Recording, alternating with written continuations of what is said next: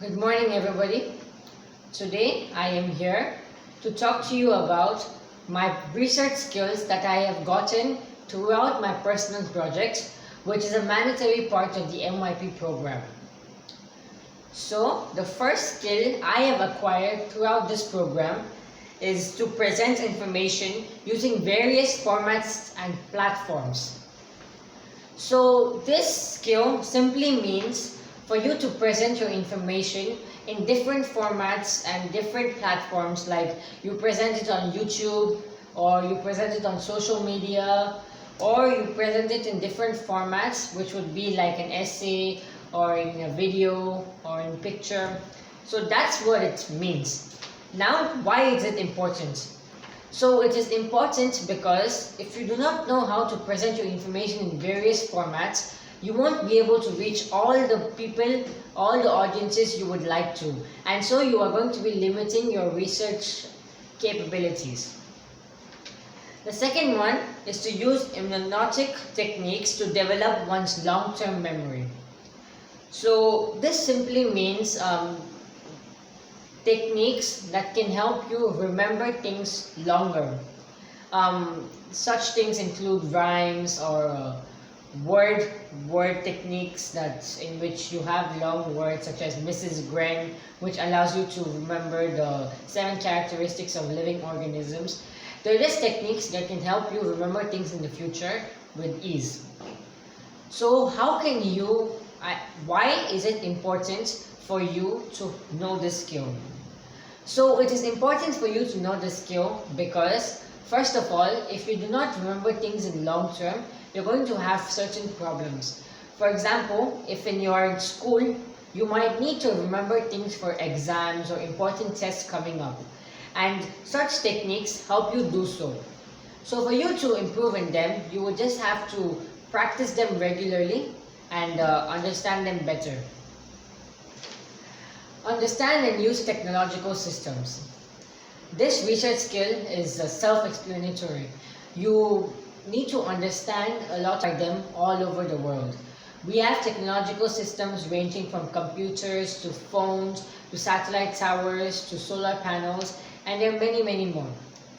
But to understand these systems is to understand how they are made, why they are important in our society, and how they can help them. This is a really important asset for you to understand in the future.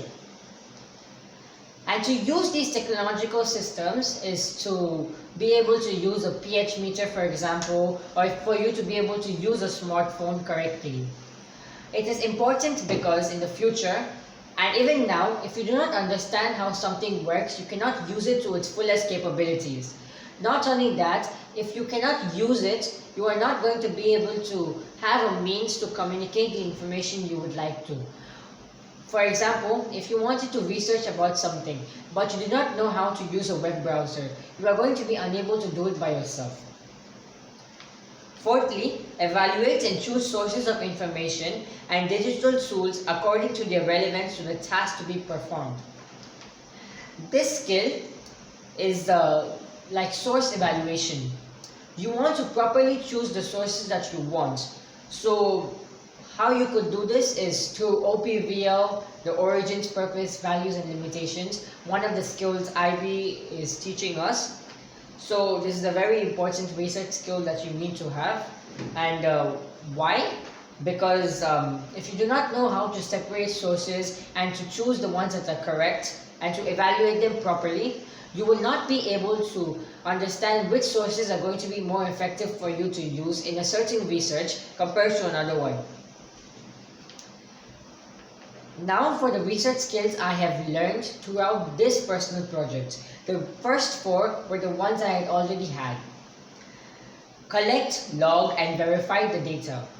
This again is self-explanatory. To collect the data is just to read and to use that data and to understand it properly. To log is to make a bibliography out of it or to write it down somewhere. And to verify the data, which is the most important part of this research skill, you have to verify the data. So like the last skill that I was talking about, you need to know how to verify if this source is actually good, or is it bad, or is it going to be helping you in any way. And this is why it is important to know this skill. The sixth one is mention sources and citations using footnotes or end of text notes, and establish a bibliography respecting recognized conventions. So you need to be able to mention your sources through various formats. So one of the most common ones is a bibliography, but then there are also things such as footnotes, which allow for easier access to the source. So how to do this? Like they said over here, footnotes or end of text citations. These are easy for the viewer to understand where the information is coming from compared to a bibliography. However, we must also take into consideration the second part of this skill, which is establishing a bibliography respecting recognized conventions. So we need to respect the bibliography we are making. Like there are APA formats, there's the MLA formats, and we need to respect this when we are making our bibliography, because otherwise people are not going to understand what the bibliography is. And if it's not correct, then people are not going to want to read it, and your information is not going to be very accurate. Also, you are not going to be able to verify your sources properly if your bibliography is wrong. Identify primary and secondary sources. So you need to be able to identify what is a primary source and what is a secondary source. So primary source is a first-hand account of an event and a secondary source is a second-hand account of an event. So it does not matter if it is primary or secondary, it does not make the source better or worse. You must just be able to identify them so that you have the personal idea of how much the author is related to the work that is being talked about in the source. Find, organize, analyze, evaluate, synthesize, and ethically use information from a variety of sources and media, including digital social media and online networks. So this is a very long research skill, and it encompasses all of the research you're going to do. So, as has been said over here, find, organize, analyze, evaluate, synthesize, and ethically use the information. This is what you have to do. How to do it: if you have any source that you're seeing online, or if you have a book that you're finished reading and you want to analyze and see if it is actually good. So you want to do a thorough research of that source. You would first have to find that source. You must have already done that if you have. Then you have to organize it. The organizing is when you put it inside a bibliography or something like that and you source it. Then is analyze. So you have to analyze the source and see like what it is talking about and what information you can get out of this source. Then you have evaluate. So you need to be able to evaluate the source, which is a very important skill in the research skills category. So you need to evaluate this source and say if it is actually good for you to use for your research or no. Then you have to synthesize.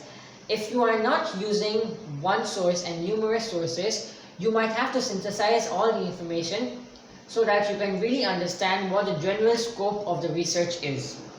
And finally, ethically use the information. So every research that you do could have positive or negative uses. And for us to not be using it negatively and to properly use it, we need to ethically use this information.